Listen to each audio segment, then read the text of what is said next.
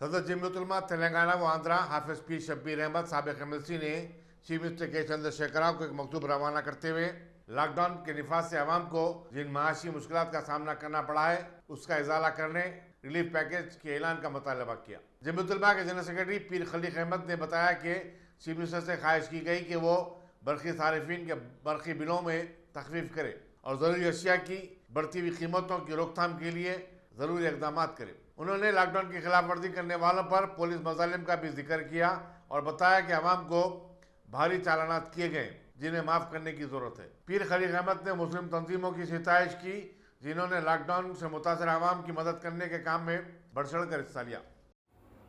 بسم اللہ الرحمن الرحیم۔ میں خلیق احمد صابر جنرل سیکرٹری جمعیت علماء تلنگانہ آندھرا پردیش۔ آج حضرت مولانا حافظ پیر شبیر احمد صاحب صدر جمعیت علماء تلنگانہ آندھرا پردیش کی جانب سے CM چندر شیکھر راؤ صاحب کو ایک لیٹر روانہ کیا گیا جس میں موجودہ حالات کی طرف جو حالات ہیں اس کو آگاہ کیا گیا ہے، جس میں خاص طور پر پرائیویٹ ہاسپٹلس میں جو تلنگانہ کی عوام کو لوٹا جا رہا ہے اس سلسلے میں، اور الیکٹرکسٹی ڈپارٹمنٹ کی جانب سے پچھلے لاک ڈاؤن میں بھی اور اس لاک ڈاؤن میں بھی عوام کو جو بل آ رہے ہیں اس سلسلے میں اور بھی بہت سے چیزوں کے سلسلے میں ان کو آگاہ کیا گیا ہے، بتایا گیا ہے۔ خاص طور پر جو رویہ پولیس کا ہے اس کی واقفیت کرائی گئی لیٹر میں، اور ریاستی جمعیت علماء کی طرف سے اس کی پرزور مذمت کی گئی ہے کہ جو فرینڈلی پولیس ہے وہ پولیس عوام کے ساتھ کیسا سلوک کیا ہے۔ آپ لوگ جانتے ہیں، سوشل میڈیا کے ذریعے سے بھی دیکھ رہے ہیں، غریب عوام کے اوپر لاٹھیاں برسانا، گاڑیوں کو ڈیمیج کرنا اور عوام کو بھاری بھرکم چالانات ڈالنا اور چھوٹے کاروباری لوگوں کو پریشان کرنا، یہ تلنگانہ کی پولیس کا کارنامہ ہے۔ حالانکہ DIG صاحب کی جانب سے اور کمشنر آف پولیس کی جانب سے بار بار یہ کہا گیا کہ عوام کے ساتھ نرمی برتی جائے، مگر پتہ نہیں کیا حالات ہیں، کیوں ایسا ہو رہا ہے کہ عوام کو پولیس کے ظلم سے جو ہے آزادی نہیں ملی۔